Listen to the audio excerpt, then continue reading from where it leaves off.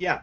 So, I'm one of those people that I've had a lot of really cool life experiences. And right when I was 18 years old, I was selected in the US Air Force to be a cryptologist, and was given SCI, SBI top secret clearance. So at the age of 18 and 19 and 20 years old, I was dealing with the secrets of our country. I think that was pretty interesting. And I've been through advertising, and my whole love of life really, or my career, has been high technology. So I've been a technology manager, project manager. So I'm just a regular Joe. And but I'm interested in science. I've always been interested in astronomy, and quite frankly, I've always been interested in paranormal topics. Any paranormal topic, I'm interested in anything that's in that genre. Always been fascinated with it. And I just started to notice some things last summer in June, that I didn't think looked right. And so I started to do some of my own observations and made a lot of really big mistakes with lens flares. And I've had my friends tell me I'm crazy and all kinds of things.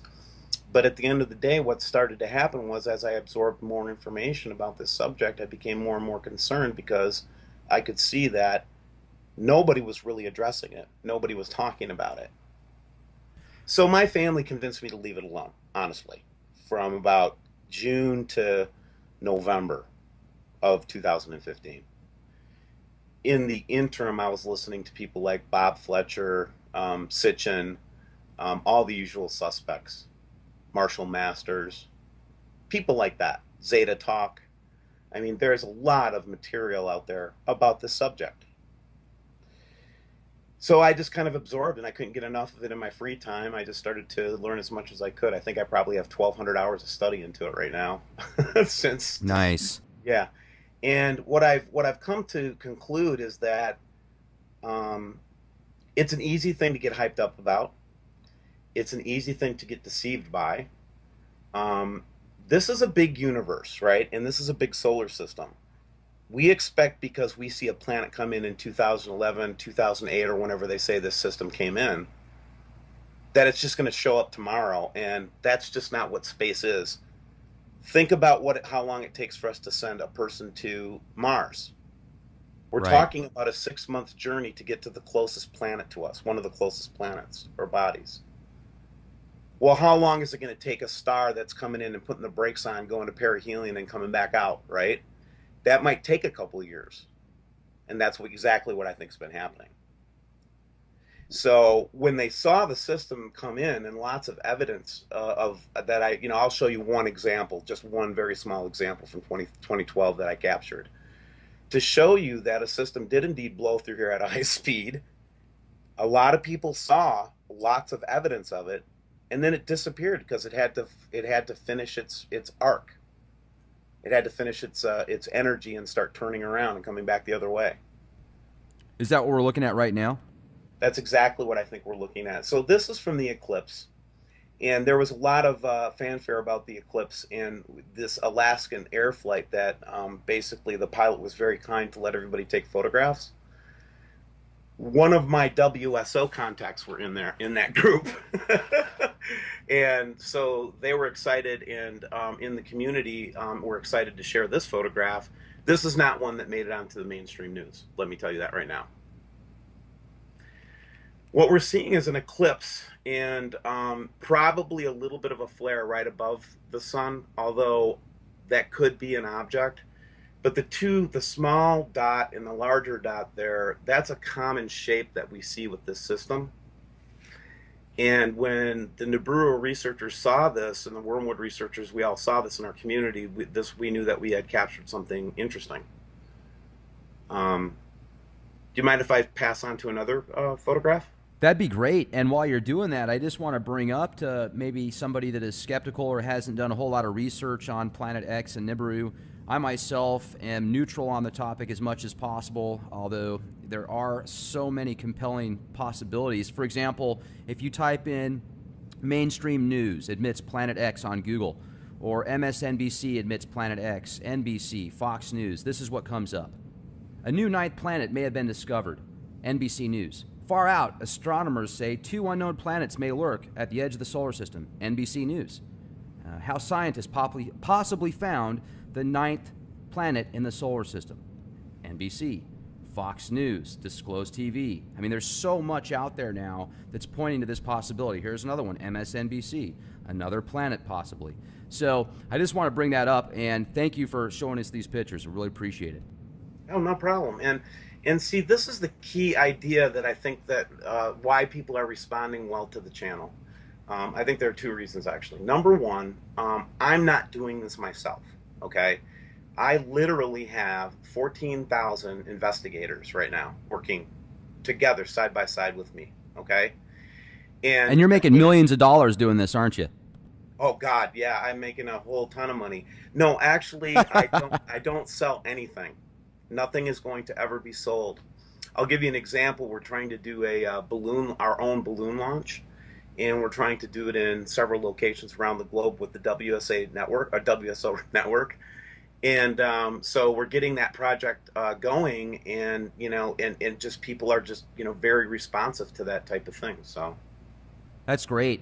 And I just said that facetiously because it seems like this topic in general gets, at least on my channel, trolled more than anything else, and we certainly get into discussions a lot more controversial than the possibility of a ninth planet. So I just find that interesting that there's so many attacks towards the possibility of Nibiru, and they're not even good ones. They're just all capital letters, F off, you're an effing idiot, go F yourself, stuff like that. It's just not even logical. So it makes me think that there might possibly be paid shills out there to just kind of divert attention. And I do think there's a lot of people out there that certainly feel that Nibiru is not real, but what are your thoughts on that? yeah, so there's a lot of discussion in the community about this. By the way, all the researchers that I work with, we all face a lot of cyber resistance. There's two types of cyber resistance we face. The first one is based on algorithmic types of things. So basically, we've got some organization we know is actually out there sniffing for words like Nibiru or wormwood or things like that. So I'll give your listeners a little tip. Try to upload something with the name wormwood or Nibiru or Planet X in it. Just do like a 5-second video and just go Nibiru, Nibiru, Nibiru, wormwood, wormwood, and then just label it that. See how long it takes to upload on YouTube. I'll see you in the morning. Right. So we know that there's algorithmic things looking for keywords to slow down, the passing around of this information. And then the second thing you mentioned were the trolls. Dude, these guys are organized, brutal. So what they do, I'll even block many of them, but they have workarounds, and they'll chase my subscribers around and say, why are you listening to this? Why are you considering this even as a possibility, and trying to make them feel stupid and things. The second thing they try to do is provoke you to fire back something that will violate YouTube rules, which I refuse to do. I will not swear. I mean, once in a while, a little swear word will pop out just because I'll see something and I'll go, holy crap, or whatever, right? But for the most part, I demand politeness, and I demand, that there's no insulting. So with that policy on my channel, is very consistent with YouTube. But when you get provoked by one of them and they're experts at it, they'll get you kicked off of services because you'll fight back. It's kind of like in a football game. It's not the first person who pushes, it's always the second person who pushes that gets the flag. You know what I mean? Sure. And they know that. So what you have to do is, and what I'm teaching my subscribers and my listeners is, ignore them. Just completely ignore them. That's the best policy. It really is. That makes sense, because if they're really good at psychology, and then they can find out what, clicks, what makes you upset, what's going to cause you to respond back to them, and then they can take that and use it against you. So I'm really glad that you brought that up for our listeners. And you're an expert with cybersecurity as well, correct? That is correct. That's my current profession. That's how I make my living. I don't sell books. I don't, try to sell any of this stuff. I get my ads on YouTube, and that's it, right? And that barely covers my costs at all for this effort. So I'm losing a lot of money from this, but I really don't care, because I really am a big believer in the karmic principles too, that if you do good and you try to plant good seeds and you try to be a good person, that, that you'll reap those rewards someday, and I really believe that. That's awesome. Yeah.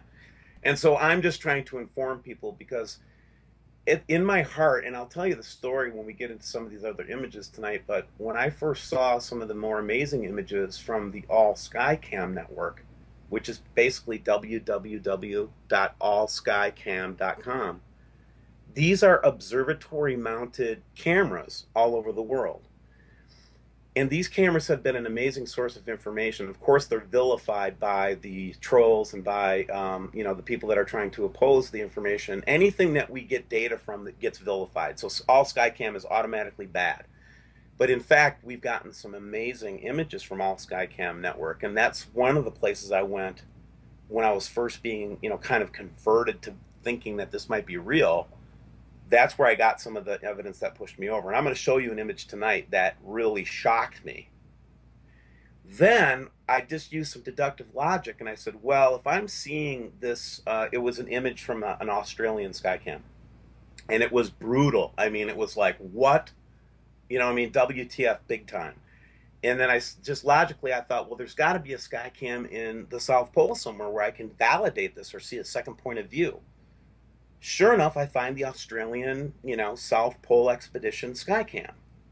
Pull it up, and I'll show you the photo from tonight. I'll show you tonight some of the things that we saw there. In fact, why don't we jump into some of this? Because when I saw that South Pole image, I looked over at my wife and I said, it's real, it's happening. That's what pushed me over the top. Okay, and before we do, just the one we're looking at now, it looks like this image was inverted. No, this actually is not an inverted photo. This is actually an eclipse photo. Okay. Done by a photographer. Wow, that's fantastic. So, and I'm trying to think of a way to ask this the right way. How do you confirm that that isn't just some type of, something on the lens or? Well, that's the second point I was going to make about the success of my site, is that we never rely on one image, and we never look at, everybody on the whole network of subscribers and commenters, we tend to say, okay, we want to look at this from 4 or 5 different perspectives. The word corroborate is very important in my channel, okay? So I'll show you this image, but you know what? I also showed you this image, okay? So that's right. 2 images of the eclipse that shows me that something might not be right. And I don't say this is conclusive evidence. But then I go to Soho, and now this is an inverted image just to see it more clearly. Okay. This is one that was just recently being passed around, and it was a big hubbub in the research community because they accidentally let one off in Soho where we could actually see some type of reflection or refraction of an object in it. Yeah. Then you might go to this and say, oh, well, if that thing's sitting behind the sun and I'm in the southern hemisphere, maybe I could see it from webcams to Mexico. Sure enough, I go there. I look at this time of the day. I'm sorry I cut off the date up here. This was actually from a couple days ago. And I will show you right now what happened today at the same webcam. But we are clearly seeing an illuminated object in the sky here. And I'm going to zoom in on it for a second, and I'm going to show you something. It's not just illuminated, it's multicolored. I'll try to show you the multicolored. It's like almost a plasma, what you would expect to see in a plasma charge. So the theory is that as this star came back into our solar system, as it made its loop back in again, that now we don't have just momentum, velocity, force, those kinds of things, but now we're also dealing with electric universe principles, and the sun and this object may be in some kind of a struggle or fight, if you will. So we've got the opposing forces of momentum and planetary motion combined with the forces of magnetics, which are repulse and attract, those kinds of things, right? Sure. So we don't know where this thing is moving or where it's going, but we're getting a lot of pictures of it, right? So there's corroboration point 2, a webcam. Then I go, and all over the world now we're seeing this strange red halo. In fact, I will tell your listeners, this is one thing you can see yourself. It's not going to be visible every day. It depends on the amount of chemtrailing. We'll talk about that in a minute. And it depends on other factors like, how many clouds are in the sky. I've seen this in my own backyard looking up in the sky at least 6 times. This photograph, I think, is from Canada. I just got 2 photographs from Portugal, Spain, just today that's going to go on my next broadcast. And this big bubble here, I'm very concerned about it.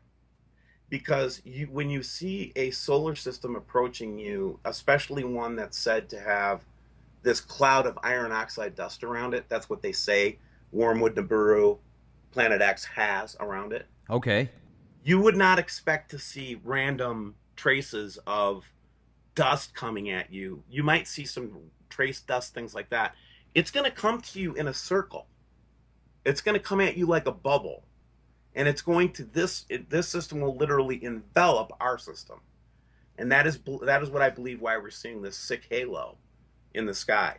And trust me when I tell you, when you start watching for this kind of stuff, you will notice chemtrailing, and you will notice that they are totally trying to cover this up. It is so obvious. And so that's a disturbing image, and that's a disturbing idea I just relayed. But that's the kind of thing that I'd want to corroborate. I'd want to say, well, is it going to come at me in some kind of a random way, or am I going to see a big bubble come at me? Well, if you look at what the Hopi Indians said, and you look at what the Egyptians said in the Colburn texts, they say it comes at you just like this. This is what it looks like. All right? Fascinating. Corroboration. There it is again in another place, right? Oh, yeah. Look at that. Well, let me ask you this, though, because I remember I've seen this many times with the moon where there's that just amazing halo. I saw it the other night. I remember one time in particular in the Northwest when I lived close to Seattle, Washington. This would have been back in 2005. There was just this amazing halo around the moon, similar to what we're seeing around the sun. So what does that mean? All right, so one of the things that we theorize, and again, I'm careful to try to say theorize.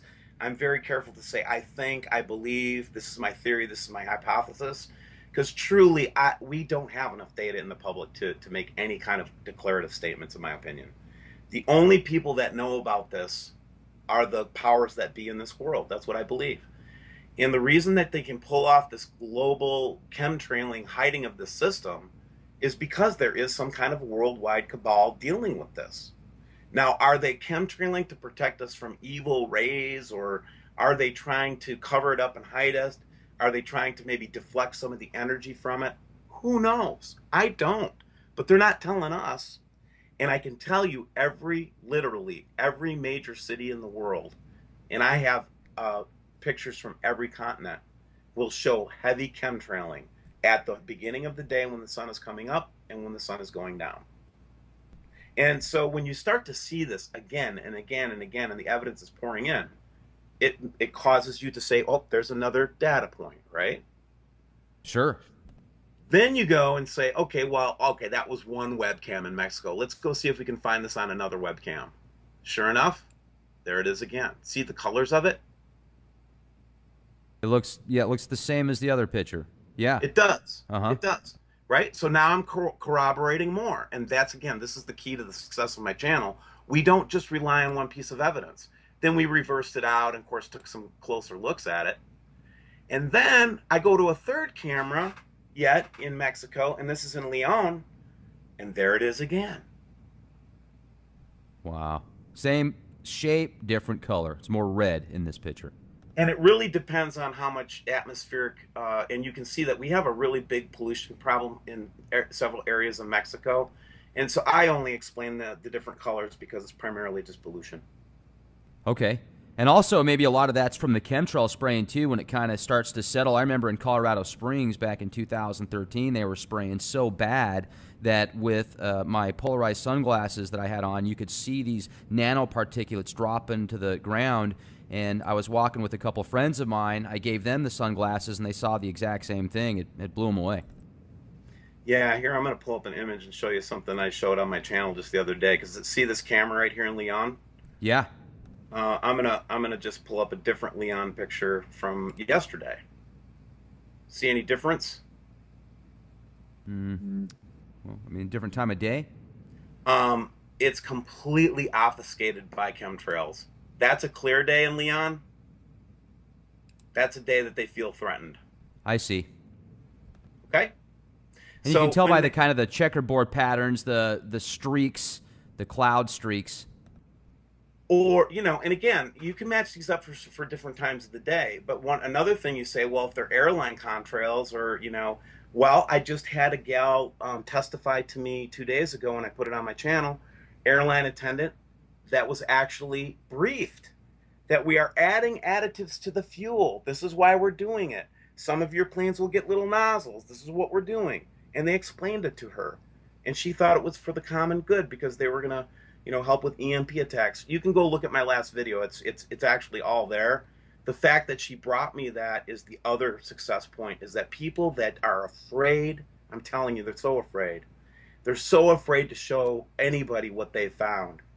And I'm trying to provide a place where I put myself out there. I don't care. I'm not making any money. I'm not doing this for glory. Listen to me. I had no expectations of this site.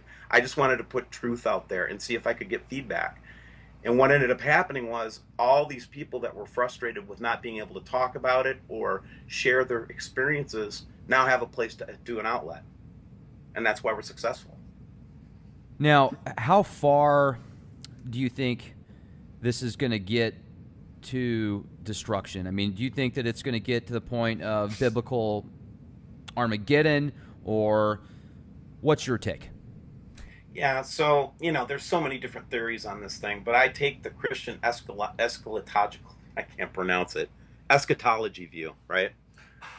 I don't buy into the fundamentalist view of it, though. I basically think that there was warnings in Revelation about this, in John's voice, kind of. And it basically was just a forewarning that this happens. And we have the Sumerians and the Egyptians and a lot of cultures around the world that have told us that this happens. And I'm not blaming the universe or God or the devil or anything. This is just a solar system or a astral phenomenon. Sometimes bodies come into contact with each other. Sometimes there are collisions. Sometimes there are interactions. If you look really close at Mars, for example, and you see that big gash on the side of Mars, that big humongous Yeah. scar, go check out the Thunderbolt project, and they actually make a theory that it came too close to another body, and in so doing, a discharge happened between Mars and this other body that basically just fried that big gash on the side of Mars. So we know that our solar system has run into stuff before. We know, for example, if you look at any of the Graham Hancock work or people like that, they're very interested in the fact that we see these regular cataclysms on the Earth. They would say that they happen about every 12,000 years, right? And that we're due for another one.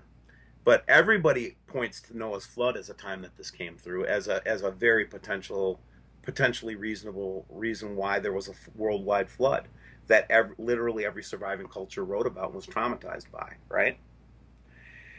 So there's a common trauma in the human spirit. We all are fascinated with Armageddon. I don't care who you are. When you start talking about, is this the end of the world? I mean, people just perk up and think about it. Why is that? Do you think that we've been through this before as a race, as a culture? I don't know. Right? Well, I mean, it's that and the fight and flight mode. And, you're either, when you're worried about this giant cataclysm, subconsciously, even if you aren't consciously going to be concerned, it's going to affect you, and it can take you into that mode. Correct.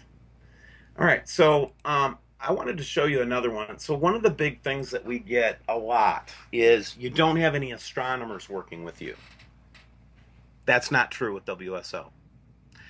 We have astronomers and more all the time. We have one binary star astrophysicist that is very reluctant to talk to us about this because he's afraid, literally afraid for his life.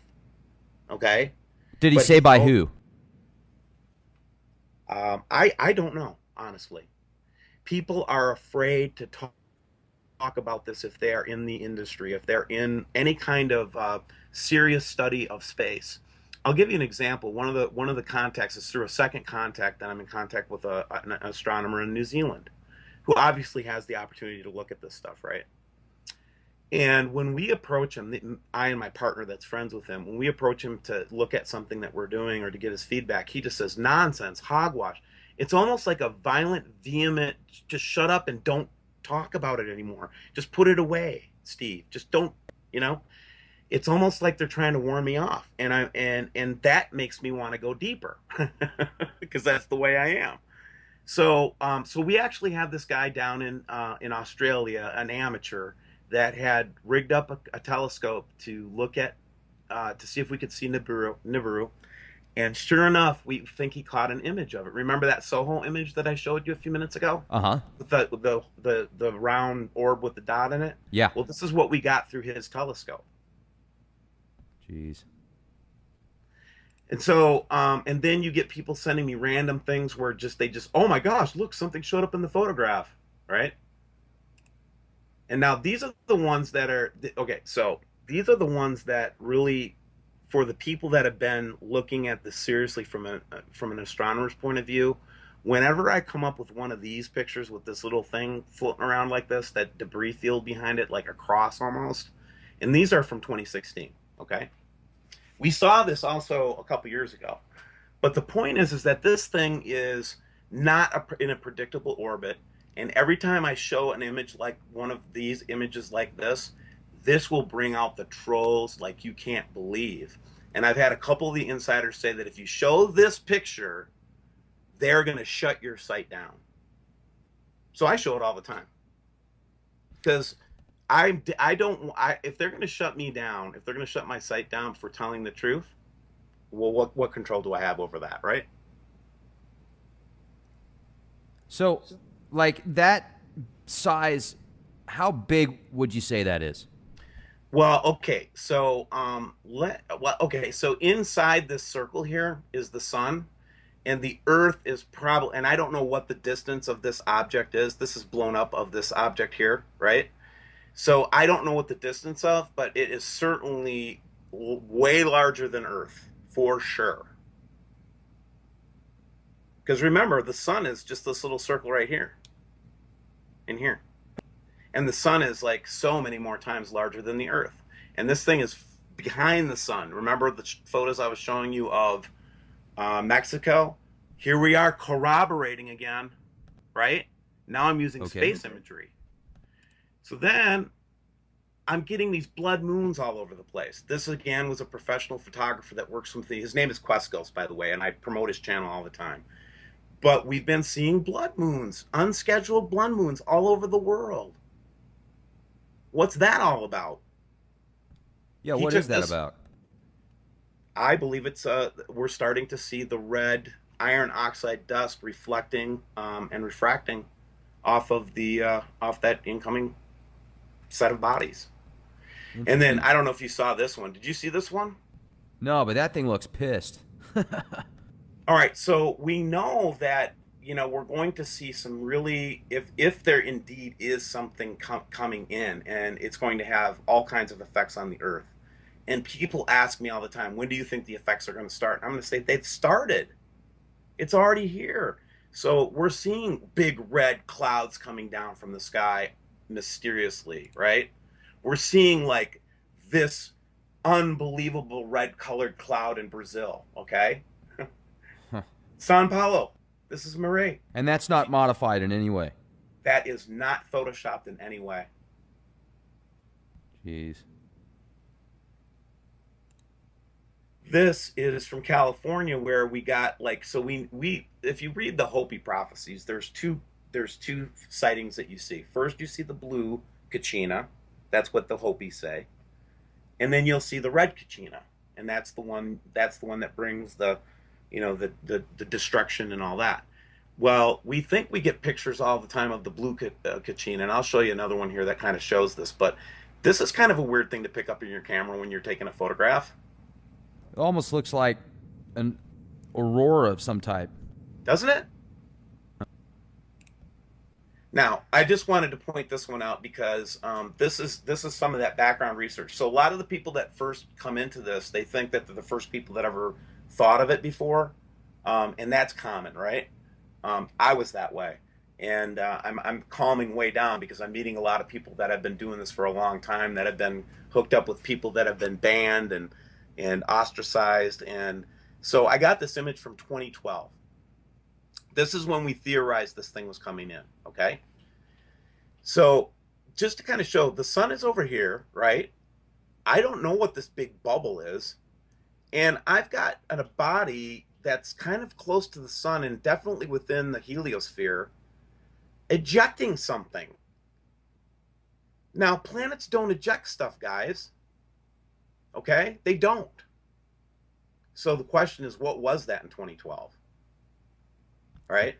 So I reach out to all my Nibiru wormwood buddies that got beaten down over the last, 10 years and say, just because this, all these date setters dates didn't happen, doesn't mean that the system's not real. That's ridiculous logic, right?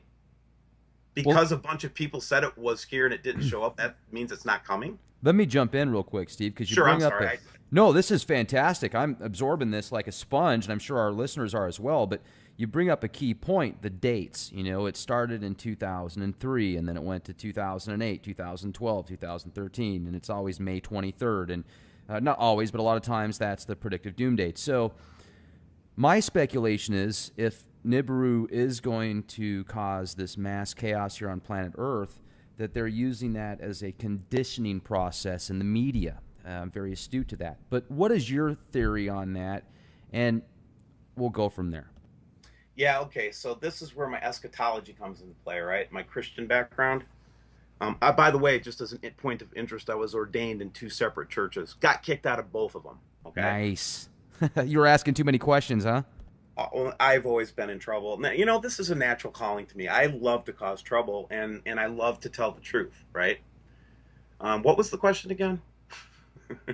Nice. We were talking about, the Nibiru starting in 2003. It's going to hit Earth and the Yeah. conditioning process. What's your take on why they started coming out back so many years ago saying Nibiru is going to cause mass chaos?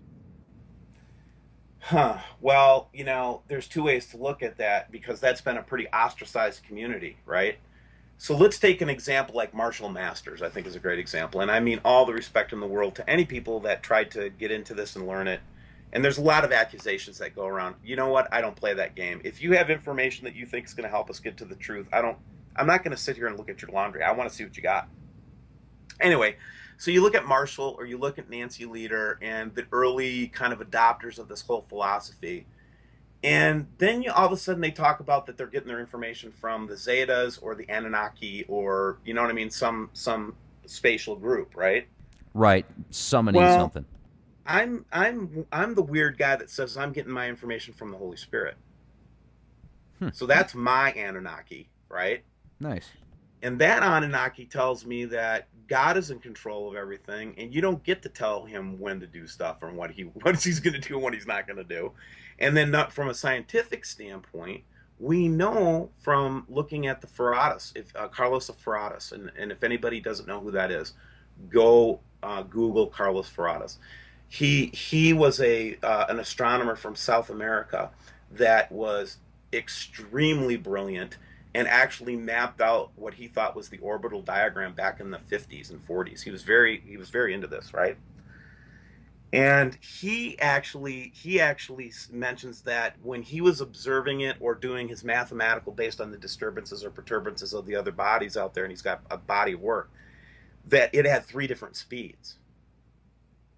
And it was crazy, and it didn't operate like other celestial objects. So when I hear an old expert, an old astronomer saying stuff like that, I've got to think that's enough variability that any model would be wrong. Just take mass for example. Well, some people think it's a planet, some people think it's a comet, some people think it's a brown dwarf star. Well, there's a lot of difference between those three things in an astronomical model. You know that, right? So 55 Earth masses versus 10 Earth masses versus 4 Earth masses. So all these models have too many variables, and there's too much weirdness with this system. I believe the only people that have the resources to nail it and really understand it are NASA and the United States government and the governments of the world. Those are the only people that have the resources to really nail the dates of when it's going to come and what it's going to do. Now, do you remember that Navy map that came out many years ago? I'd say at least 20 years ago, that was supposedly a classified map that was showing where the tide was going to go up and basically safe zones in the U.S. and places that many people actually moved to that were in the military when they retired because they thought something bad was going to happen. Yeah, yeah, I've heard stories, and those stories primarily come from a guy named John Moore. Hmm. And John was the one that had all those contacts at the senior Navy levels and had all that map and all that kind of stuff. Right. And yeah, and yes, I've heard those stories. And the Ozarks is the place where they're moving. And by the way, those aren't the only. John's not the only person who's traded military, people on the inside with that kind of information. So we know that a lot of the high-ranking military already are well set up in the Ozarks, retired military. And do you think that a lot of these underground bases that have been being built, that Bob Fletcher basically ties to Wormwood or Planet X, do you think that's the main reason they built them, or do you think it was for other purposes? Well, okay, so for some reason, our government has gotten into continuity of government to almost a sickening level. I don't, if you ever watch what goes on in the government over a period of time, and I used to be in the military, and I worked in one of those underground bases, okay? And that underground base was in Germany, and it could take a 10 kiloton hit, okay? So we had a lot of military assets that were built for, serious thermonuclear war. I mean, that's what Right. they were for, right? So during the 40s, 50s, 60s, we were building a lot of those facilities for war, okay? I think something shifted in 80, 82, 83 when Bob says that's when they got that IRAS satellite, that infrared satellite up, and they actually got a chance to see it for the Okay. first time and calculate its orbit and all that. And then Reagan, signed some kind of an order according to Bob Fletcher's investigation where he, basically they decided to keep it under wraps. It would cause too much panic. And then that's when he got up in the United Nations and said, if we had a common threat, what would happen? Remember that? Oh yeah. The whole deal. So since 82, I think that they've been preparing for it. And I think that's been those big tunnel building projects that we see all over the United States. And I really, truly do believe that's what they're doing. And there was a news article that came out in the early 80s that talked about Planet X and said NASA found it, and then now I can't even find it anymore. I know they've got hard copies out there. I don't That know. was that Washington Post article. So, and again, that was a result of the IRAS. And then also, if you're one of the Nibiru people, Dr. Robert Harrington. He was the chief of the Naval Observatory back in the day, back during the 80s. And he actually built an infrared type telescope, I think well, where did he build that thing? It was in New Zealand or Australia. I don't know which one. Or it could have been even in the South Pole. But he had a lot more going on than a lot of people know. He had already set up an observatory. He was already collecting data. He was ready to present his paper. He was ready to present his findings, and then mysteriously, died of a very fast, moving cancer. So the second thing that you see over the years too in this cover up is a lot of dead astronomers mysteriously dying. Okay, and it's just it's one thing on its own. Okay, would not convince anybody, not, and it shouldn't. Okay, but when you start to see thing after thing, and what I'm showing you right now here is this is the example. I right when NASA was loading this image up, they were getting ready to do the masking process, and I grabbed it before they could finish the masking process. Okay. Yeah, and so this is what's really being seen over there by the sun right now. Okay, and then the image that ends up being the final image from this was just the light rays coming out the side and nothing unusual. Okay, that's unusual. That's weird. You know, What do you think it is? I think that it's the other system coming up from behind the sun and it's reacting with the sun. It's just another view of it. And just because it's this big shape, that doesn't mean the object is that large. It just means that the reaction is that large. And you say That's system, you think there's multiple planets? indeed I do. And let me show you a couple things, and I'm actually leading right up to that. Here's Great. that image that I was telling you about. This is from one of the sky cams down in Australia, and this is a close up. So basically, at this time of the year, it was December 21st. I mean, we were right in the very depth of winter, so we would see the sun would be in its southernmost position, and I saw this on one of the webcams, and that webcam is still looping this image right now, and I saw it live when it happened, and it's never gone off that image. It just locked up. Hmm. So I bet this is the one where I said, "Oh my God!" Right? So I said, "Where? Let's see if we can find one in the South Pole." And sure enough, this is the one that I found in the South Pole, the South Davis Station webcam. Do you see anything unusual in this picture? Well, I do see like a red bubble, reddish bubble. You Yep, see a there it is. dot and a Yep, red cloud that's what I'm around looking it? at. Yeah. And we've captured hundreds of images, and we have huge discussions in our community about this. And we talk about this triangle that's forming down here. We think it might be some kind of holographic, uh, gig going on. This is from January. Let me show you where we are today with that one, real quick. Can you see my screen? Yeah, perfectly. All right, so this is today's Davis station. We still see the two planets. We see the debris field coming in, and we still very faintly see this object, but it's definitely moved and it's not as visible as it was before. So I wanted to kind of make that point as I go back to it again, that we were seeing it really clearly in the winter, deep winter. Now, check this out. So I close in on this on a really bright day one day so I could get a good picture of this triangle. And we think that this could be, I don't know, lens guts or something, could possibly be this little shape. But man, this blew my mind. This is when I said, this is a daytime photograph. And this is, if you looked up from the sky in the South Pole Station, this is what you'd see in the sky. It's Jeez, natural light. This is meant to be looking at clouds. That's what it's designed for. That's that's shocking stuff. that's incredible. Yeah, I mean, you can clearly see that red ring, and like you talked earlier with the red moons, the blood moons, fascinating. Yeah, yeah. And then we focused in on the triangle really close one day, and we had a big discussion. That was fun. Let's And talk about that for a minute. So, you think that's just an anomaly, or what? no, I'm pretty convinced that okay. So a couple of months ago, or a couple weeks ago rather, the Russians actually talked about that they were going to send up this big pyramid balloon for some reason. Okay. Um, yeah, and I don't know if you saw it, but Dabu 77 had a little story on it. It was an interesting story. It was like, oh, they're going to blow up a big balloon. Right. I didn't see it. No. I'll have to check it Okay, out for sure. so we think that part of the obfuscation could be that they're building, that they're building devices or constructions. And remember, if I blow up a big piece of plastic in space, right? If I put that out there, Okay. remember we're in the vacuum, so once it's up there, it's just going to stay there, right? If I've Sure. got if I've got it in a good orbit.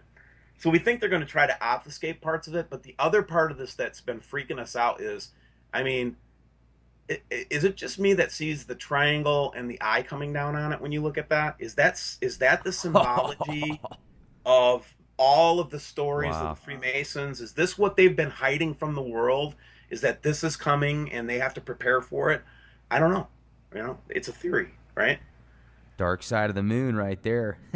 I'm telling you, so when you start seeing that kind of stuff coming off, again, no photoshopping, no photoshopping. So, this is okay, exactly the way I saw it. that line there, how long's that been there in the pyramid thing there? This Yep. Okay, so more of the recent images, it's actually extended down this way now more, and it's extended up in this area now. They've actually seen new clouds up in this area. This is a photo from in January. I'm sorry I don't have one from like the last couple weeks that was clear, but But was that there for longer than a day? That white line there. absolutely, it's been there, and it's just staying there stationary in space. And is there another angle that somebody could get on that to verify that's not just from? Because it looks like this picture is going through some type of like window almost. No, the only reason what I do is I just blew it up on that part of the image. I'll go back to the image you get from Davis. This is what you get from Davis, okay?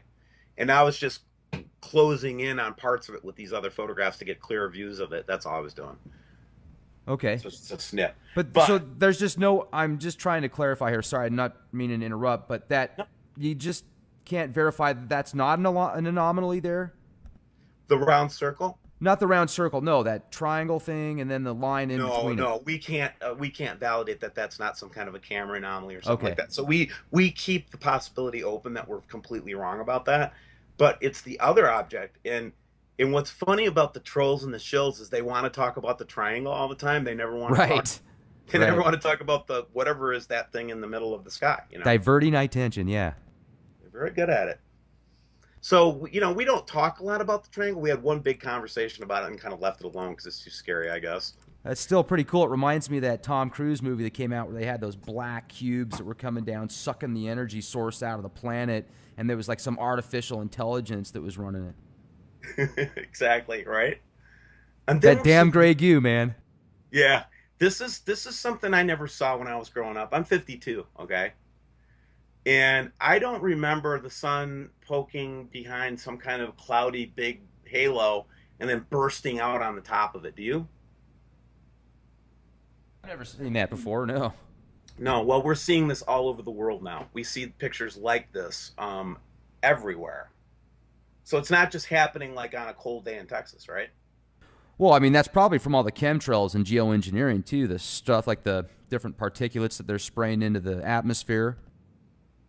I believe that as well. I think it's a multiple of factors that you get this kind of light effect. Sure. I mean, and then this is a subscriber. I call it the Ken Show, right? And Ken's been watching the Skycam, especially in Australia at Savannah, and he seems to be picking up the same kind of pattern of like Nibiru. I don't know, but he's pretty freaked out by it. So I show his stuff, right? Yeah. This is the one that freaks me out more than any of them, because up until a couple weeks ago, we were getting our best pictures of this blue. We're calling it the blue Kachina. Here's that ring we saw in in the South Pole, Mm-hmm. right? And then here are two planets behind it, and we were getting these really clear pictures from Norfolk, and it was going all around our community. And then now, unfortunately, that camera's been shut down, so we don't get to see this anymore. But this is what we're seeing, and this is what we think it looks like. So, and then this is the kicker. We just saw another one of these, but this is the one from Hawaii, where a gal said, "Oh, I just thought this is a really cool, sunset." Got out, took the picture with her iPhone 6 with the super high definition, and this is what she saw come out. Jeez. And then we just got another photograph like this today, and I was trying to pull it out of my email. I just couldn't find it. But we saw this in Ohio yesterday. Somebody got the same effect. So I don't know what that is. Is that the sun being enveloped by some cloud of dust? I don't know. It looked like a demonic Mickey Mouse before you zoomed in on it there. Wow, that's incredible. Yeah. So this is the other thing is that when I was out there trying to look for information on Nibiru or Planet X or Wormwood, I would always be like, why don't you just show me the stuff? They'd sit there and make me sit and wait for 30 minutes of gobbledygook before they'd show me a picture. On Right? my channel, the first thing I talk about is the image of the day, man. Like, this is the one that blew me away. Look at this, everybody. And then that's how I start my shows. Oh, that's beautiful. I love it. That's the way to go. Yeah, come on, man. People want to think about this and talk about it. They don't want to, be strung along, right? Now, I laugh because I'm nervous, and I tell my audience I've got a problem. I'm scared a little bit and, a little freaked out by the stuff I'm seeing, obviously, as a researcher.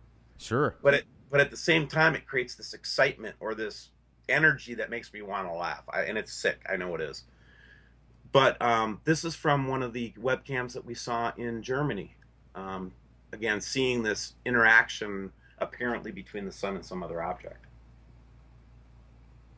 So that one, it almost looks kind of like lens flare or something like that. Right, and that's why corroboration is so important. So I would say, okay, that's fine, and we'll just skip it then. Okay. Did you ever see this one before? No.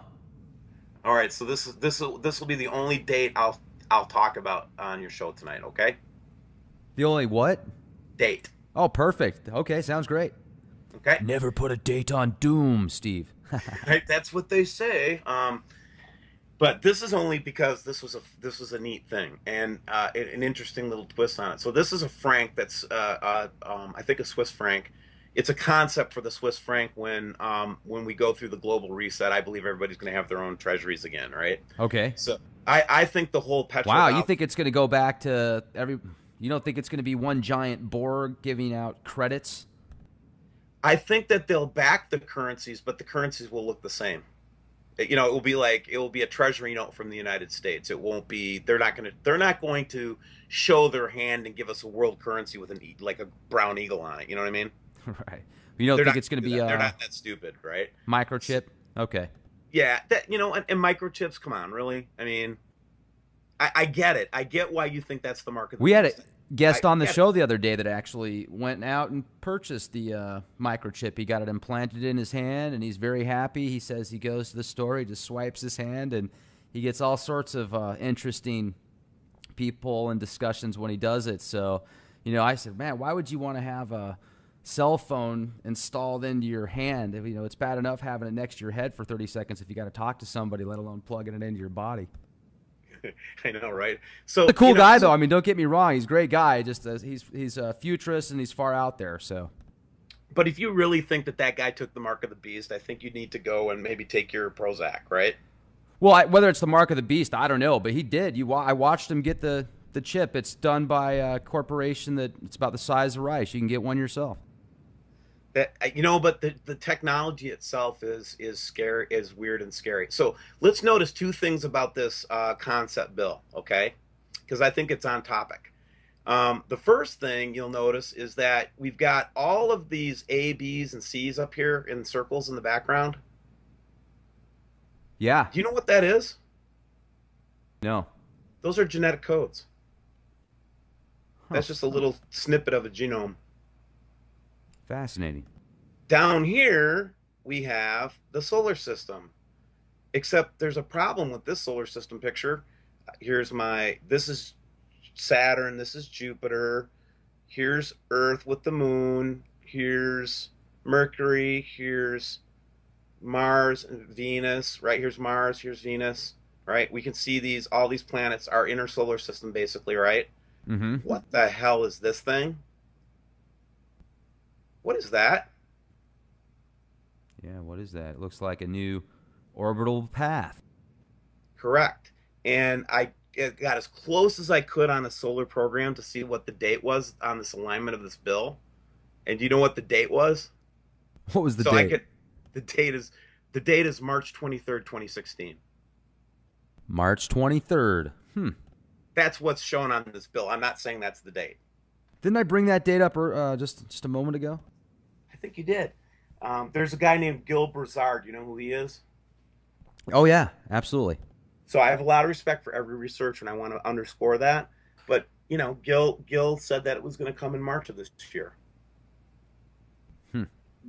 But what happens with him and Bob Fletcher, I've noticed though, and I don't mean this in any disrespect, is that when they don't see it in 2016, they said then it's going to be in 2017, and we got to stop doing that. That's not helping anybody learn about this. Okay. Right. Um, let's see what else we can do. Oh yeah, here's my favorite chemtrails. Oh, look at that. Pentagrams. How nice. Yeah, that's a good way to freak out Jews, Muslims, and Christians. Okay, it just is. Okay, why do you have to do pentagrams? Can't you just keep with the regular chemtrails? I Oh, came out of my house 4 weeks ago, and they had a pentagram in my sky. I was so mad. I was stomping in the house. My wife's like, "What's wrong with you?" I said, "The Luciferians are out at it again." You know? I see chemtrails all the time, but I have never seen a pentagram chemtrail pattern. That is something new to me. Yeah, yeah. And I started seeing these come in from subscribers, and I was like, "All right, maybe they were just joking around, right?" It was just kind of like a tongue-in-cheek thing by these pilots or whatever. Until I saw it in my own backyard, and then I was like, "What are they saying? What are they trying to say?" And then it's like they just watch us like ants underneath, just stupid, just not even looking, you know? Well, and how do you know if it's upside down or not? I'm just kidding. All right, so here's one of those images that piss NASA off really bad. And this is where I've got the old Nibiru community coming at me, right? Okay. And they'll tell me when I have an image. This was actually one of my partners went in and filled all the stars in for me, and showed me that there were no constellations or anything for this object right here. That I had a picture of the Nibiru system or one of its bodies. It's just a recent one. This is from 312. Okay. Geez, that's huge. Yeah, it is huge. So again, remember that's the size of the sun right there. That little dot. Yeah, the trolls and the debunkers, they don't like this one at all, and you'll never see them comment on it, by the way. Well, And I've been warned. I've been warned that this will get me shut down by showing this one. So just so you know. how long have you been showing it? Every time I get one like this, I put it up as quick as I can. Because again, what I did was what I saw happening with the site was there was a certain critical mass that I got to where they couldn't just shut me down. I don't think, but I think they will if I get too close to it.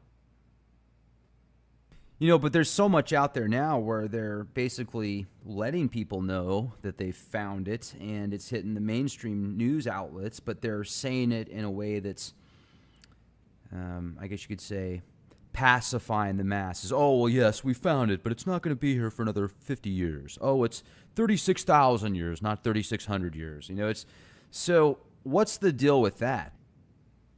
All right. So, I don't think we, again, if unless you're in the government or unless you're in some very high end astronomy, academia, that kind of thing, we won't know how to calculate the movement of this thing or anything. We just don't have the right tools to do it. Remember that the only reason that we're seeing it visible here, because we know that it doesn't emit its own light, is because the sun is illuminating it.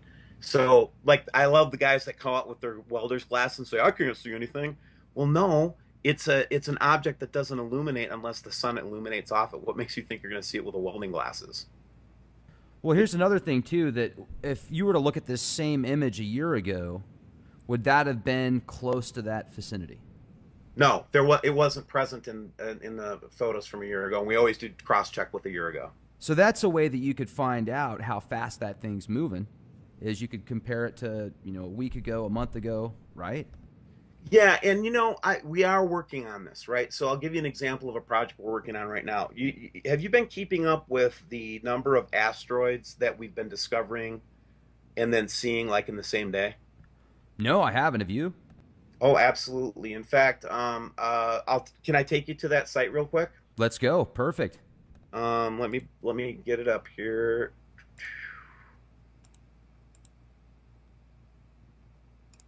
So let's go to the NRO near close approaches. So the other thing we'd expect to see with a system like this, again in that spirit of corroboration, we would expect to see debris like asteroids and other materials, And if you go to, this is from the last 2 days, right? So these are the ones that already have gone by, and what you see over here, this is the distance in lunar distances. That means 1 LD would be the distance between the Earth and the Moon. Anything that's under like 10 is called a near Earth object. I mean, it's really close, right? Okay. We have had just in the last couple of days 8 near Earth objects that were only discovered in the last 3 months that we never even knew existed.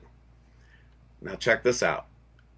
Here is 1, 2, 3, 4, 5, 6, 7, 8, 9, 10. Those are all discovered in 2016. Look at this one. Jeez. Now check this out. I'm going to that. Oh, they blocked me from this site. I don't have my proxy thing on. I'm blocked. What? They blocked you? Oh, I'm absolutely blocked. I have to put a proxy filter on to get to any of these sites. Unbelievable. Oh, I am blacklisted. Absolutely. You're So if blacklisted from NASA.gov.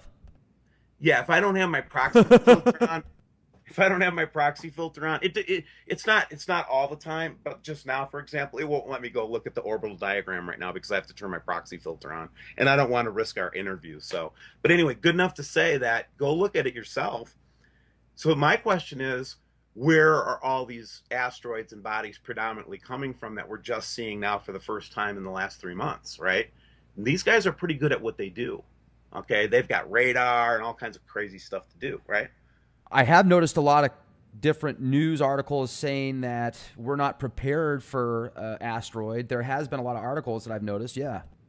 Yeah, and there's a lot of buzz in the Nibiru wormwood, community because we expect to see this. So one of my projects right now, I've got an engineer that took the project of actually tracking the origin of all these 2016 asteroids to see if they're normal Jupiter asteroids, because most of our asteroids are things that get knocked out of the orbit or around Jupiter. That's where we get most of our traffic, or is it coming from something else? So I'm waiting for the results on that right now.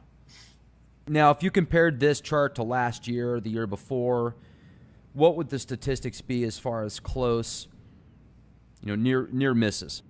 Yeah, I didn't do a statistical study on it, but if I'm listening to BP Earthwatch, I think he said this is very uncommon, and he's probably one of the people that have watched this chart more than ever anybody.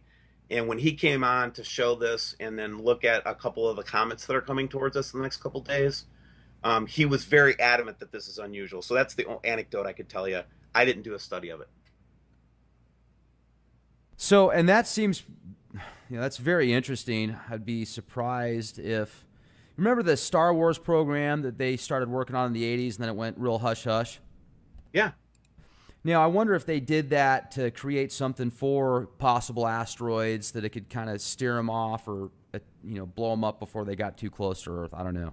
Without a doubt, they were doing that. Absolutely. Now, what I want to show you here, this is one that just, oh my gosh, this just freaks me out because it's got elements of everything that we've talked about. So here's it's a little webcam in Pompano Beach, Florida from March 1st. Now watch this. So first we see this little object show up right here. Yep. Right? Okay, nice and clear, right? See it? Yeah, it looks great. Absolutely. Same one that we've been pretty much seeing. I would say that it corroborates pretty good with the ones that we've been seeing before. Now watch the refraction or the reflection that comes up off this thing.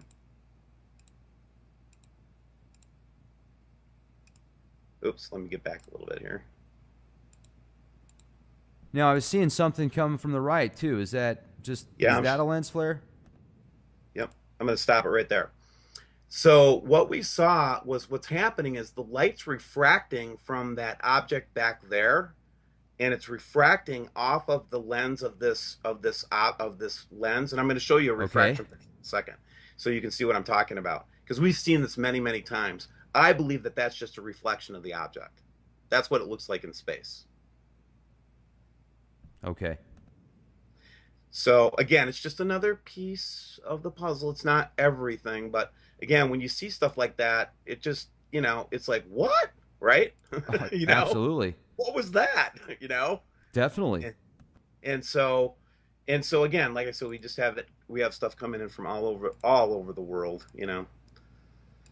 Now, let me ask you this too. When you said you followed Sitchin's work, Zecharia Sitchin, do you think that when he talked about the Anunnaki, do you feel that that's got some truth and merit to it? And do you feel that if this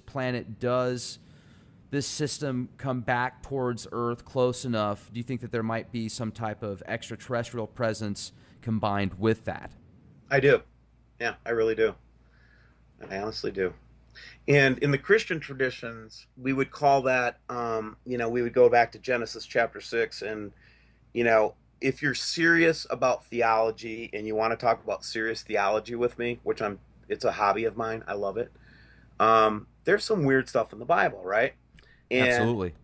And you would say to me, I would say something like to you, a fundamentalist Christian, I might say, you don't think there's aliens. No, we don't think there's aliens.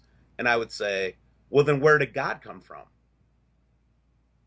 He didn't come from Earth, right? Right. Yeah. Well, doesn't that mean that God's an alien? Okay. Well, we also see in Genesis chapter 6 this group called the Watchers, and there were 200 of them in the book of Enoch.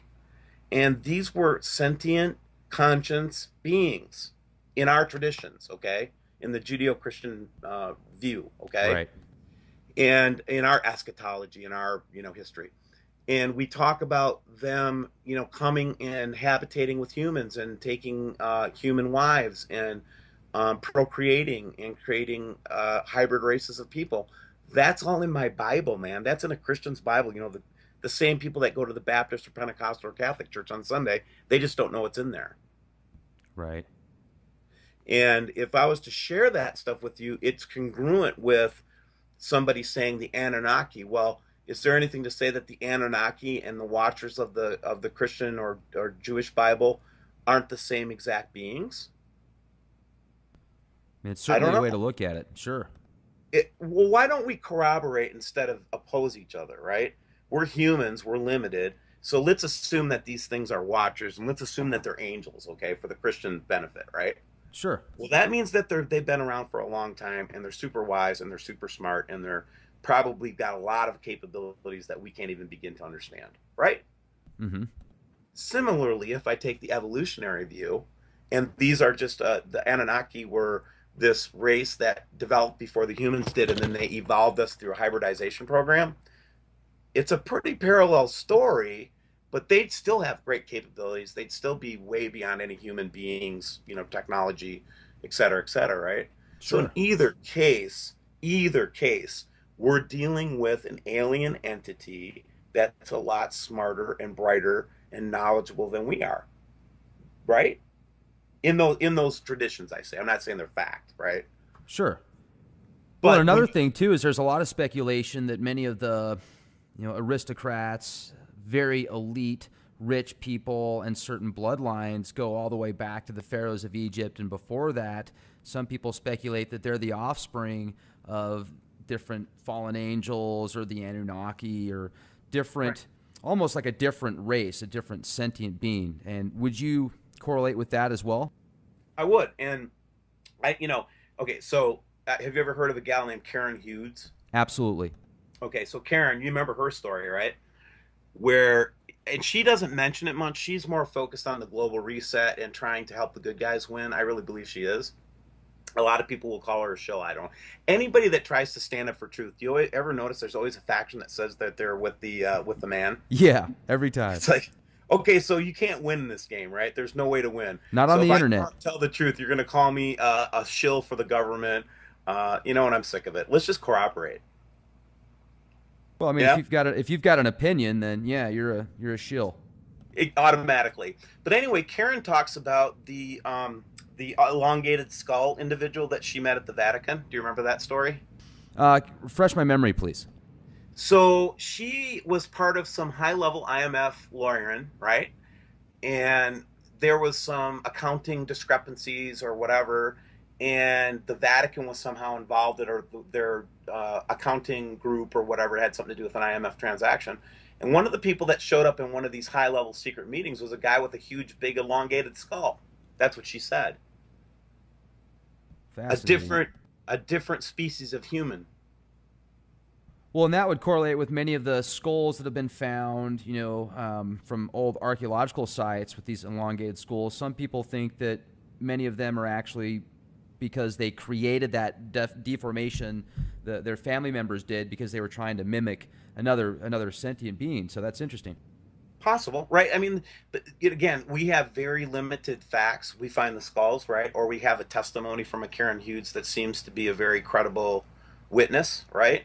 But I've never seen a guy with an elongated skull, okay? But again, there's so much evidence that points towards this. Um, I mean, just worldwide conspiracy, I guess you'd say. And I think that part of these secret societies and part of the knowledge, the secret occulted knowledge called the occult, I think is this subject. I think that they've known about it for centuries. I think they've planned around it for centuries. And the level of planning and the level of subterfuge that goes on in the world that we are born into, I've found in the last 10 years, is staggering. It's staggering. And when you start to get above it a little bit and you start to wake up a little bit to the fact that maybe you haven't heard the truth your whole life, or you wake up to an interesting subject like this, like a potential cataclysmic event that nobody's telling us about, right? It can drive you crazy. It can drive you nuts. And so what I tell people is you also have to just kind of keep a little bit of it. You know, we don't have any control over it either. So I'm interested as a scientist. I'm interested in it as a theologian. I'm concerned about many people's lives. I'm concerned about what's going to happen to people on the coast and all that. So what can I do, right? The only thing I can do is what I'm doing. And that is, here's what I'm seeing. Here's what my subscribers are seeing. Here's some theories to think about. Maybe you should get ready to like run. Maybe you should have some food and water ready. Maybe you should be ready for, a situation where we're not going to have power for a couple months, right? Maybe you should have, just basic common sense stuff, man. That's what I'm trying to tell people. If you live anywhere in the United States, hurricane country, coastal country, earthquake country in California, it's just common sense to have an emergency bug out bag. It's just common sense to have 3 weeks worth of water and food. So if I'm telling people that I think this is coming and you should prepare, and the worst thing that happens is that I've got a bunch of people with extra survival supplies in their basement, no big deal, right? Who cares? Let us have our Nibiru fun, okay? But right, if I'm right, and my community is right about this, and we're being lied to about this, you know, that's a whole different discussion, isn't it? Well, Why it's would they lie to us about that if that's the case? What possible reason could you have for covering this up since 1983? Why? You can't all of a sudden say, okay, we see this thing coming in. We're going to relocate everybody 200 miles in from the coast. We're going to get some shelters ready for everybody to go into when it comes through. We'll have food for everybody. They had since 1983 to prepare, as far as I can tell. Why didn't they? Why hasn't this been the worldwide thing? If it's true, right? well, That's some dastardly stuff we're talking about. That means they're intentionally killing people. Well, let's think about it. If you had the keys to the kingdom and you had a mindset of you wanted no more than 500 million people on the planet, there's way too many people out there, yet you needed them because you wanted to create these amazing underground structures for your survival, and you needed to obtain enough energy and resources and opportunities for continuation of life for you and the people that you want to help reseed the population, it makes perfect sense. And so what do? Well, let's destroy the planet as much as we can, is what they're thinking in their minds, right? With all the fracking and all the nuclear reactors next to fault lines and the chemtrails and the poisoning of foods and medicines and vaccines. And it just seems like they're trying to create this society of just a retard society that can't even take care of themselves, yet some of them are so bright and so intelligent, but because they've got autism, they can barely function in a regular society. It's like we live in the Twilight Zone. It's absolutely horrific. Yeah, you talk about dystopian, right? I mean, um, this reminds me of science fiction I read when I was a child. It really does. I used to be big into science fiction. Okay, when I was a kid. Surprise, surprise, right? When there's those clouds again, man. I mean, just crazy. So we're back. Those are the images that I wanted to show you, and I thought that would just kind of set a nice conversation. I literally have tens of thousands of photographs, and I only am able to show maybe 1% of the collection right now. That's all the time I have to do. So I pick the best ones I can find, and I try to put up a show every day or every other day. And the other thing that I've noticed about this channel that's interesting is that, and the reason I leave the comments open in spite of the shills and the trolls, is because I'm seeing a lot of people talk to each other that would never have met each other any other way, right? Mm-hmm. So I'm pretty sure we'll get a couple marriages out of this, and what else, right? The Nibiru dating service. I know, right? So let's talk about what's going to happen after this for a second, can we? That'd be great. So there's a lot of theories, but I have one theory, and I think this is a very, very core idea. I believe they're preparing to take over the world after this happens. The Phoenix idea, right? They want the Earth to go just, as much destruction as possible to happen, so that there's complete reliance on the emerging government that comes out of the hole, right? So these guys come out of the hole with all their guns and tanks and everything. And the population is completely shocked and bewildered. I mean, that's the opportunity to take control of the world right there, right? If you're going to take control of a big part of the world, that's the time to do it, right? So I believe that's their plan. I believe that their whole goal is to execute all these crazy conspiratorial theories, but in the wake of a disaster like this. So they don't want us to know about it because then we won't be able to be controlled when it happens. Well, and That's what another I'm saying. thing, another sorry to interrupt here. I mean, I was just going to say the coast, people that are, going to be on the East Coast, West Coast, and places that there's not a very high elevation. I mean, they're probably going to be affected the most, and that's where the majority of people reside. In the United States, yes, correctly, and in the world, right? We know that the biggest concentration of human population is on coastlines. Period. No disputing that fact. So where do I live? Well, I live in the middle of the United States, right in the middle of the Cascadia Plate at 1,400 feet with all the fresh water I can drink. That's the best I think you can do. And then our plan is to, if and when this goes down, then we will try our best to be a refugee center. That's our plan. That's what we're going to do. Now, let me Because ask you I've this. got the property to do it, so I'm going to try. How bad do you think it's going to get? I think that's going to depend on where you live in the earth. Okay, so and again, we don't know what the dynamics are. It seems like though the machine leaks out all the time that North America is going to get its butt kicked. Okay, I don't know if you've noticed that about this. It seems like everybody thinks the United States is going to get its butt kicked. You notice that? Yeah, absolutely. So they think that the Mississippi Even the River. even the media pushes it, like the movie Knowing in 2012. Well, China's okay, but America just gets blown to shit. Yeah, yeah. What's up with that? I mean, it's like in the movies. Like, do you ever notice that it's always New York that gets wiped out in the movie? Now it's Why can't it be DC, like Beijing once in a while? You know, right? it's almost like they're trying to condition us for the United States to be a smoking hole. You know what I mean? They literally are, absolutely. You know, and it freaks me out a little. You know, it freaks me out a little. And again, I don't think that I don't think that again, we're born into this thing, man. We wake up to it. Some of us wake up in the Matrix and, go and, hang out with Neo, but very few of us do, right? And so the other thing I tell people that if you wake up to something like this and you start to learn it, just calm down a second, okay? Don't go tell everybody you just learned this. Let it soak in a little bit and understand that you had to overcome a lot of cognitive dissonance to see this, so why wouldn't somebody else have it too, right? So I get so many people that will look at my channel and they'll write me and they'll say, I tried to tell everybody in my family about it and they all think I'm crazy. Yeah, because they haven't been led up to this point like you were, okay? Right. You're on like Z in the alphabet and they're like still on B or C and you're coming at them with like all this stuff that they've never heard. Yeah, people are going to freak out when they hear about it. Right. I get it. And the first reaction to anything like this, it's like a cancer diagnosis, right? Or it's like, you're going to die or whatever, right? You're seeing your imminent mortality right here, okay, potentially, right? Now we're getting into the concept of grief.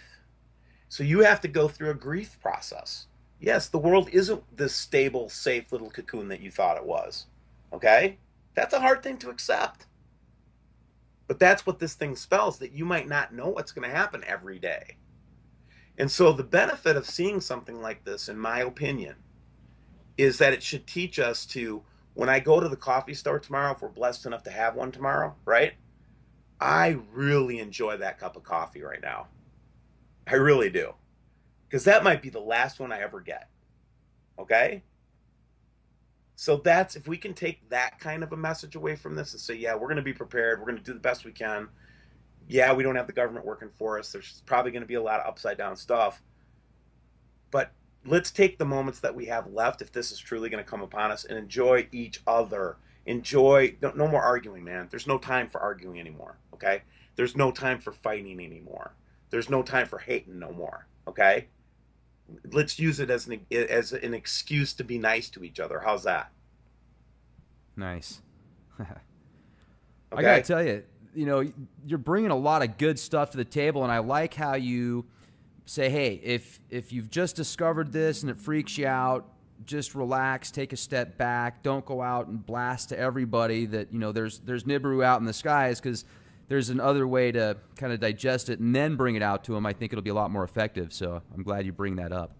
Well, and then you have to take the theoretical point of view that if I and everybody, my family knows, right, that I do this. I mean, how can I avoid it now? This is I have two jobs. I have this job and my cybersecurity job, and they know I do it. But guess who they're going to come to when all of a sudden, we have a heavy asteroid day, and 4 or 5 areas got hit in the Earth.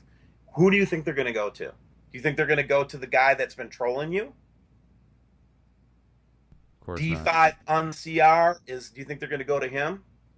No, they're going to come to me and they're going to say, Steve, what's going on? And I'm going to tell them so they don't have to freak out and be under control when, the rats come out of their hole. Hmm. You've got to be prepared mentally for what's going to happen. I believe in this situation, not so that you can be fear mongering and fear porning and all that, just to say that, you know what? I don't care if this is coming in. I'm not going to let this be an excuse for them to take control of me. And you can decide that right now, if that's what's going to happen, or anybody for that matter, right? And check me out, man. You know what? You can come on to my videos, and what you're going to see from video 1 to video 70 now I'm on, I can't believe that, is you're going to see a guy growing in his knowledge of this and waking up over the last 4 months. Like my first videos are me smoking chain smoking cigarettes in front of my computer going, oh my God, can you see this with me on the computer screen with me right now? That was my first show. Okay. I went from that to now I'm like, got testimony and I've got an order of events and we kind of know what we're going to do and what we're going to talk about. You know what I mean? But that first one, man, I was freaking out. I was looking at that red dot down in Australia, and then it just freaked me out that night, man. And I couldn't go to sleep. It was crazy, man. So yeah, you got to learn to settle down because panicking and fear is not going to help anybody. The Just Steve Olson Show. the Steve Olson Show. And you know what? The other thing is, stop being freaking weird, man. Everybody out there, okay? I'm just a layman. I'm just a dude, right? You are just dudes and dudesses out there, and we're trying to learn about this event. Just hold down the weirdness, okay? This is not your excuse to give me your dissertation on Luciferianism, okay? I really don't want to hear that, okay? Seriously, I got people sending me books on ancient Judaic mystical, spell casting. Seriously, man, I don't want that stuff. I'm trying to learn about this event practically and in a way that hopefully comforts people that that we can make it through it and we will survive. You know, We'll survive. Steve, you should take that as a compliment, though, because people that are reaching out to you like that, trying to send you that stuff, they're probably genuinely trying to give something back to you because you probably touched them in a way and woke them up in certain ways. But I totally like how you say it, man. It's interesting because getting on the internet and when you have so many people following you and the opportunity to get as many views as you have, there's going to be some very eclectic individuals, I'm sure, that send you stuff that you don't want anything to do with. No, and it's not. I didn't mean to be insulting about it, but the subject matter that I want to talk about and the reason I want to stay focused on it, we'll tangentialize once, and we'll go off on a tangent and talk about something. But for the most part, I'm probably not going to argue for or against any specific like theology or anything like that. I'll say I'm Right. Christian. I'll say things like, "Hey, Jesus will help you out if you need him." I'll say stuff like that, but I don't want to get into a theological debate with anybody on this. This is really a human species issue. You can never win those anyway. No, you can't. And really, this is about everybody now. This is going to affect everybody on the earth. So really, I don't think we have time for that anymore. Really. You don't think that there's going to be a Buddhist and a Muslim coming across my farm during the refugee time if and when this happens? Get over it, man. They're going to need to help me, and I'm going to have to help them when it happens. You know, the Buddhists have a beautiful way of looking at this. Have you ever heard about how the Buddhists look at Armageddon? No. Oh, you got to go look this stuff up. Buddhists are the most beautiful because they believe that it's necessary from time to time for the universe to expel evil in a very dramatic way, and they're very calm about it. So if you're really with a true Buddhist and you say, "Oh my God, it's Armageddon," then they'll just fold their hands and say, "Excellent," and I'll be like, "Excellent? What do you mean?" It's an opportunity for the universe to purge evil. That's what they think. That's also what the Hindus think. That's what Shiva is, right? I wonder if Shiva isn't just a type and a shadow of this solar system coming through, and that kind of destruction that happens. That Shiva's the destroyer, right? And Uh-huh. then Krishna comes back and starts to rebuild, and Vishnu starts to rebuild in that whole cycle, that the Hindus have. Sure. It really seems to be the same pattern as this, right? They say the last time that this came through 12,000, well, let's say it's the 12,500 year ago model, right, of Graham Hancock. He said that's the last time we had a cataclysm like that. Okay. And they also record, which is kind of interesting, that after the event had happened, there was a time of great prosperity, and everything came back to normal, and everything came back twice as good as it was before. For a period of time, it was almost like what the Bible would describe as the millennium, if you've ever studied the Bible. That millennium, 1,000 years of peace, or whatever they call, right? Or the Sure. Garden of Eden typology, right? Is that what happened? Was that we had this big flood, and then who knows, right? The point I'm trying to make is that there's a type and shadow in almost every religious text of these cataclysms that happen, be it Shiva or the Hopi Indians with their Kachinas or the Christians with the Book of Revelation, right? What I'm trying to say is I think the human race is smarter, and we've been through this before. I don't think this is the first time we've been through this. Okay? I just don't. I think it's a big reset for the human race every 3,600 years or 12,000 years or whatever it is. I believe that we get knocked on our ass and we have to get off our ass, and it takes us probably a couple thousand years just to get oriented again, right? So I don't know. You know, just there's a lot of interesting places it can go. But one thing I do not want to have happen to people is that people with more power and ammunition and guns come out of their holes and we're vulnerable to them. That's what I don't want to have happen. You know? You mean like the survival guys coming out going, man, where are Not the they? survival guys. I'm not worried about the preppers. I'm worried about the guys that build the big holes. Oh, you're Right? okay. So what was Fletcher saying? They have tanks and ships and guns and bulldozers and survival supplies. So they're intending on coming out of that hole. They're not going to stay down there. They're going to come out with their army. That's what Oh, I believe. I believe they're coming up back out of the hole to conquer her. certainly. And I mean, not only that, but now with all the chemtrails and the possible metal particulates that could be in just about everybody with certain high frequencies from cell phone towers and other RFID type, I guess you could say, emitters. Who knows what they could do? The stuff that we know about is probably 30, 40, 50 years old in technology. So it's very interesting. And it will be fascinating to see what happens. Now, also, do you think that it's affecting like the whole solar system as well, other planets, and it's not just going to affect this path, but then possibly, the moon and get knocked off axis as well?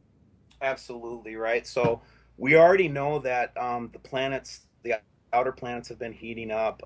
That's been pretty common knowledge now for the last 10 years that we've been having perturbations, heating up planets. Um, I think Zeta Talk just put up an article a couple days ago, and again, Nancy was wrong. Okay, she said a date in 2003 or 2012 or whatever. Who cares if she was wrong about the date? She's got a lot of good data.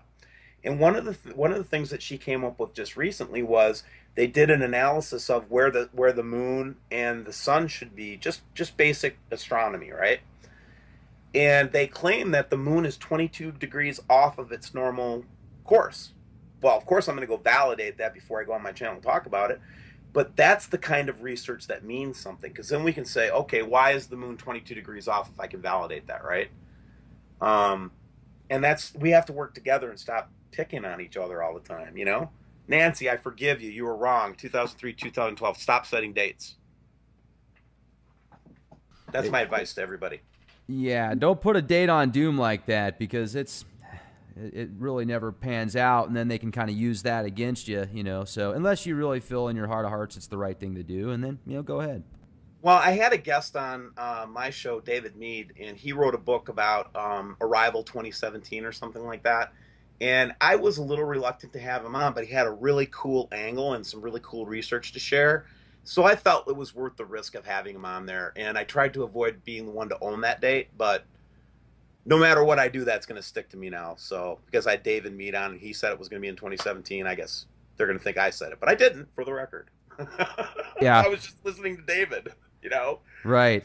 So Yeah, we talked to David too here at the Leak Project. Real nice guy. Seems very articulate, and it went very smooth. So there's so much yeah, I information enjoyed it. out there now. Yeah. Yeah, yeah. So that's kind of what we're up to. And now the most recent thing, I'll just kind of pop this in there, and maybe we can come to a close or whatever you'd like to do. But um, so we're trying to do this balloon project, right? And I'll have another video up about it. But we're going to try to do our own near space mission here pretty soon at WSL. So the one thing you'll see me, the only time you'll see me asking for money on the channel is if I'm trying to fund a project. And right now I'm trying to fund this balloon project because we're going to try to get as many balloons up as we can. And we found a vendor that will sell the balloons to us for $700 for all the setup, which is the altimeter, the balloon, all that. And I've already recruited teams in South